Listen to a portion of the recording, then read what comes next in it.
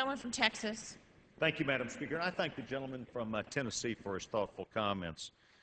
Madam Speaker, since taking control of this House, this Democrat Congress has totally neglected its responsibility to address the domestic supply issues that have created skyrocketing gas, diesel, and energy costs the American families are. Mr. Wamp talked about how there were good ideas that should have been available, including a bipartisan working group and bipartisan legislation that when it really came down to it, somebody put pressure on a whole bunch of our friends in the Democrat Party to then vote against even their own bill so that it was not bipartisan.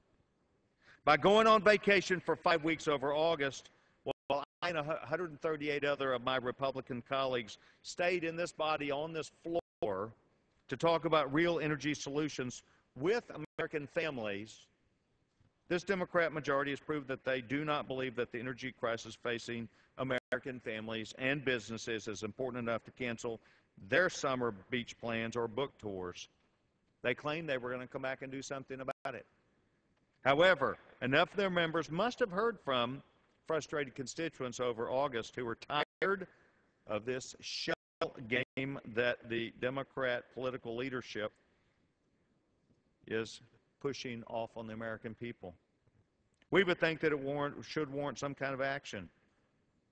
Because today we're considering yet another measure to provide their members with political cover, we're going to see that there will be nothing that will done. Even their own chairman of the committee said this isn't going to become law.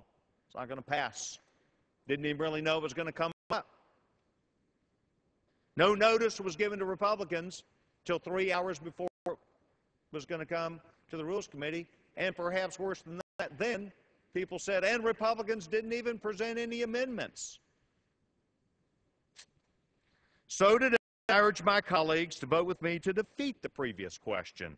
If the previous question is defeated, I will move to amend the rule to allow this House so that we can take up the measure that will prevent members from going home to campaign for re-election without actually passing an energy bill that would be into law.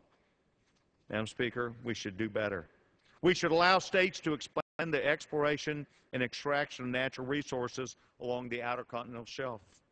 We should open the Arctic National Wildlife Refuge and oil shale reserves in this country, and we can do it in environmental, sensitive, and prudent ways.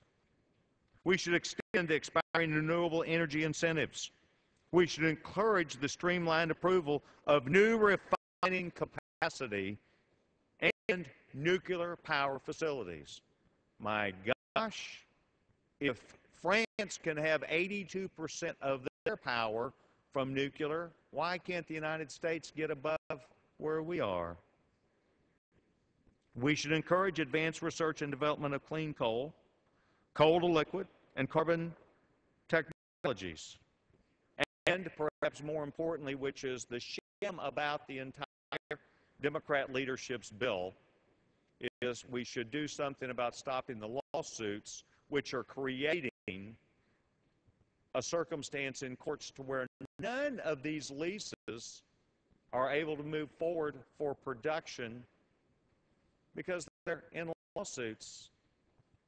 And the Democrat leadership did not even address this. It's simple. Consolidate and expedite the drawn-out legal challenge that unreasonably delay or prevent actual domestic energy production. Why wouldn't we want, if we're going to pass this bill, to make sure that it would happen? When in fact every member of this body knows that for every single 100% of all the leases that have been agreed to are wrapped up in court right now. In federal court right now. Why not do something that would give relief to the American people? Why not say, let's at least one of these opportunities take place for drilling? Just one. How about 10%? No, it's got to be 100%. And the American people are going to learn what the Democrat Party already knows, and that is that the Democrat leadership does not want any drilling. They want no drilling. Senator Obama, I'm sure, was correct. He is opposed to drilling so that America can be competitive with the world. This requirement would force the Democrat leadership to take meaningful action.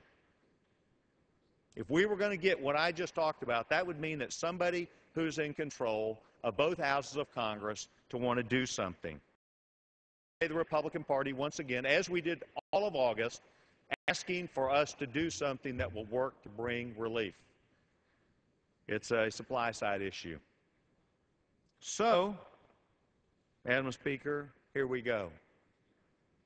A shell game, a rules committee that allows no good ideas, except their own that the Democrat leadership has.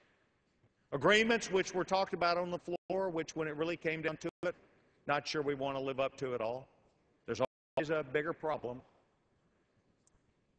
Well, that's not what this floor of the House is for. That's not really what the Rules Committee is for. That's not what Congress is for. Congress should be about, especially in a crisis, coming to an agreement and working together. I think we can do better. I think it's going to be something that the American people are going to have to decide what the tie is between Republicans and Democrats. I guess it's going to come to an election where the American people are going to be told the facts of the case, and they will see what kind of action is necessary in Washington, D.C.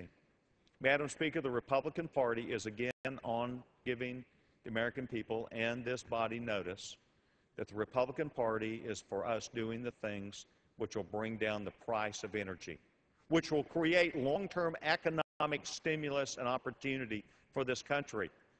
Because we recognize that energy prices are too high and it impacts every sector of our economy. Trucking, the food that's made, produced, the food that gets to marketplace, the opportunities for school systems to operate within their budget, the chance for American families who have to go to their job, many times who have to commute. We need real action. Not a slam dunk rules committee that will set a record every time they go to meet for a new closed rule. Not offering new ideas. Not listening to the American people about the ability that we need to have to bring to bear American energy products. Instead, we get the same worn-out message of what's happened over the last 2 years, where America has lost 14% more of market share to where we have to go overseas to those countries that will produce and will drill. The American people look up and find out now that this Congress says no drilling in Florida. And so other countries will come off our shores and take our energy. Gentleman from Texas, time has expired. I ask unanimous consent to have the text of the amendment and extraneous material into the record prior to the vote on previous question. I yield back my balance.